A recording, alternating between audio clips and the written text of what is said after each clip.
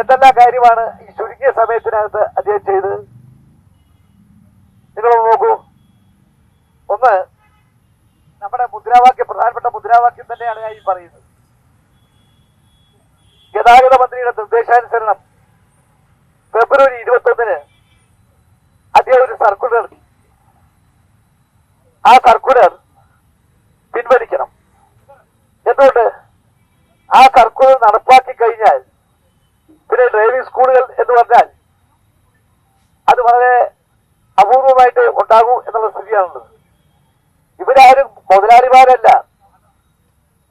Driving സ്കൂളിന്റെ ജീവനക്കാരൻ തന്നെയാണ് ഇതിന്റെ മുതലാളിയുടെ തൊഴിലാളി.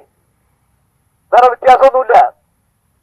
അവരെ വെല്ലുവിളിച്ചുകൊണ്ടാണ് ഇത്തരത്തിൽ സർക്കുലർ ഇറക്കിയത്. ഞാൻ പല ഉദ്യോഗസ്ഥന്മാരെയും ബന്ധപ്പെട്ടു. ഈ സർക്കുലറിന്റെ അനിവാര്യത എന്താണ്, ഈ സർക്കുലർ കൊണ്ട് എന്താണ് ഉദ്ദേശിക്കുന്നത് എന്ന് ഞാൻ ചോദിച്ചു. അതിൽ ഒരാൾ പ്രധാനപ്പെട്ട, ഞാൻ പേര് പറയുന്നത് ശരിയല്ല, ഏറ്റവും പ്രധാനപ്പെട്ട ആ ഉദ്യോഗസ്ഥനോട് പറഞ്ഞ് ഇത് തെറ്റാണെന്ന് ഞങ്ങൾക്കറിയാം, പക്ഷെ മന്ത്രി പറഞ്ഞാൽ എങ്ങനെ കേൾക്കാതിരിക്കാൻ പറ്റുമോ? ഇതാണ് ചോദിച്ചത്. അപ്പോൾ വേറെ വിശദീകരണം ഇക്കാര്യത്തിൽ വേണ്ടല്ലോ. അങ്ങനെ നടപ്പിലാക്കാൻ ദൃഢനിശ്ചയം ചെയ്തുകൊണ്ട് മുന്നോട്ട് പോകുന്ന ഈ മന്ത്രിയെ നിയന്ത്രിക്കാൻ ഈ തൊഴിലാളി സംഘടനകൾ വിചാരിച്ചാൽ കഴിയും. അതിന്റെ മുന്നോടിയായിട്ടാണ് ഈ സമരം എന്ന് ഞാൻ സൂചിപ്പിക്കാൻ ആഗ്രഹിക്കുന്നു. ഈ സമരം ഒന്നാം ഘട്ട സമരമാണ്. ഇത് കഴിഞ്ഞാൽ വീട്ടിലേക്കുള്ള മാർച്ച് നടത്താൻ തീരുമാനിച്ചിരിക്കുകയാണ്. അങ്ങനെ സുഖിച്ച് വീട്ടിലിരിക്കണ്ട. ഞങ്ങൾ ശബ്ദം എന്താണെന്ന് കേൾക്കണം. ഇവിടുന്ന് കേൾക്കുന്നില്ലെങ്കിൽ, സെക്രട്ടേറിയറ്റിന് മുമ്പിൽ നിന്ന് കേൾക്കുന്നില്ലെങ്കിൽ അത് വളരെ നന്നായി തന്നെ കേൾപ്പിക്കാൻ വേണ്ടി വീട്ടിലേക്ക് മാർച്ച് ചെയ്യുകയാണ്. മൂന്നാം ഘട്ട സമരം ഗതാഗത മന്ത്രിയാണെങ്കിലും അങ്ങനെ വലിയ ഗതാഗതം നടത്തണ്ട. അദ്ദേഹത്തിന്റെ വണ്ടികൾ തടയാൻ, അദ്ദേഹം യാത്ര ചെയ്യുന്ന വണ്ടി തടയാനാണ് തീരുമാനിച്ചത്. ഇത്തരത്തിൽ തന്നെയാണ് ഈ സമരവുമായി മുന്നോട്ട് പോകാൻ തീരുമാനിക്കുന്നത്. അതുകൊണ്ട് ഇത്തരത്തിലുള്ള സമര പരിപാടികളിലേക്ക് തൊഴിലാളികളെ എത്തിക്കരുത്. എളമേല കരീം CITUവിന്റെ സംസ്ഥാന ജനറൽ സെക്രട്ടറി അദ്ദേഹം ഇടപെട്ടു. അദ്ദേഹത്തിനോട് ഇത് എങ്ങനെ ഈ തൊഴിലാളികൾക്ക് മേഖലയിൽ കോർപ്പറേറ്റുകളാണ് ഇപ്പോൾ വരുന്നത്. പൂർണ്ണമായും റിലയൻസിന്റെ കയ്യിലാണ്. കേന്ദ്ര ഗവൺമെന്റ് റിലയൻസിനെ ഇക്കാര്യത്തിൽ നിയോഗിച്ചുകൊണ്ട് ഡ്രൈവിംഗ് സ്കൂളുകൾ ഉൾപ്പെടെയുള്ള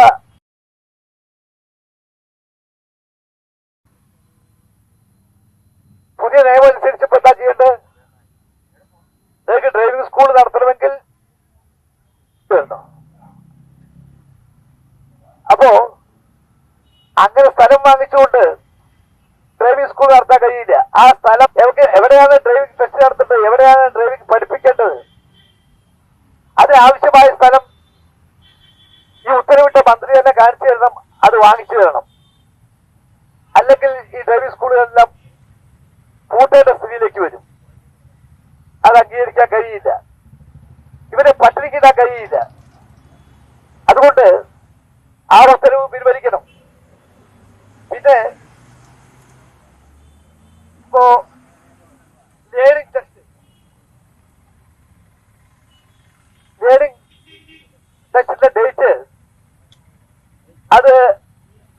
ഡേറ്റിന്റെ സ്ലോട്ട് അത് 30 വെട്ടിക്കുറച്ചിരിക്കുന്നു. 30 തന്നെ പാടൂ എന്നാണ് പറയുന്നത്. അത് പിൻവലിച്ച് പഴയപടി തന്നെ നടത്താൻ കഴിയണം. അതുപോലെ നിലവിലുള്ള ടെസ്റ്റ് ഗ്രൗണ്ടുകൾ അത് ഞാൻ സൂചിപ്പിച്ച പോലെ മോട്ടോർ വാഹന വകുപ്പ് തന്നെ ഏറ്റെടുത്ത് അതിനുള്ള വിപുലീകരണം നടത്തിയതിനു ശേഷം ഈ പരിഷ്കാരങ്ങളെല്ലാം നടപ്പിലാക്കണം എന്നാണ് പറയുന്നത്. പക്ഷെ സ്ഥലമൊക്കെ നിങ്ങൾ നോക്കിക്കൊള്ളാനാവുന്നത്. സ്ഥലം കണ്ടെത്തലൊക്കെ നിങ്ങളുടെ പണിയാണ്. അത് നിങ്ങൾ നോക്കിക്കോളും എന്നാണ് മന്ത്രി പറയുന്നത്. അതൊന്നും നടപ്പാക്കാൻ സമ്മതിക്കില്ല എന്നുള്ള കാര്യം അദ്ദേഹത്തെ അറിയിക്കുന്നു. ഈ കാര്യത്തിൽ അടിയന്തരമായ നടപടികൾ കൈക്കൊണ്ടിട്ടില്ലെങ്കിൽ ഞാൻ ആദ്യം സൂചിപ്പിച്ച പോലെ മന്ത്രിക്ക് വളരെ സുഗമമായി കേരളത്തിൽ യാത്ര ചെയ്യാൻ കഴിയില്ല. അത് അടക്കം ഞങ്ങളെ യാത്രാ വാഹനം അടക്കം ഞങ്ങൾക്ക് തടയേണ്ടി വരും എന്ന കാര്യം എന്താ ചെയ്യാൻ പിന്നെ പോലീസിനെ കൊണ്ട് പിടിപ്പിക്കുക അത്രയും കണ്ടു. പോലീസിനെ കണ്ട് പേടിച്ച് തോക്ക് കണ്ട് പേടിച്ചൊക്കെ ആയിക്കഴിഞ്ഞാൽ ട്രേഡ് യൂണിയൻ ഉണ്ടാവില്ല.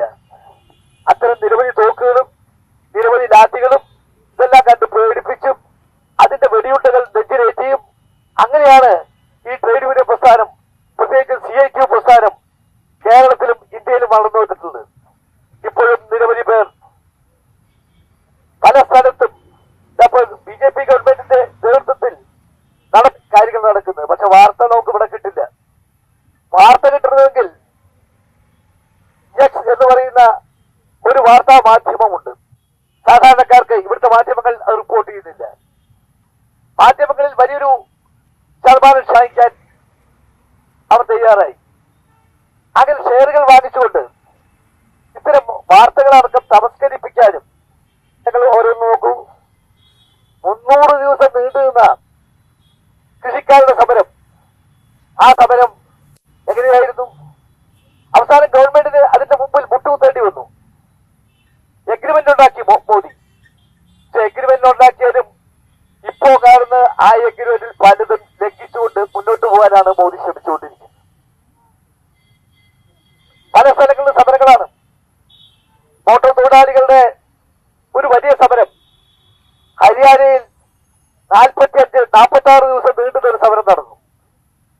അത് ഒരു ദിവസം ഉദ്ഘാടനം ചെയ്യാൻ ഞാനാണ് പോയത്. അവിടെ എന്നെ അത്ഭുതപ്പെടുത്തി.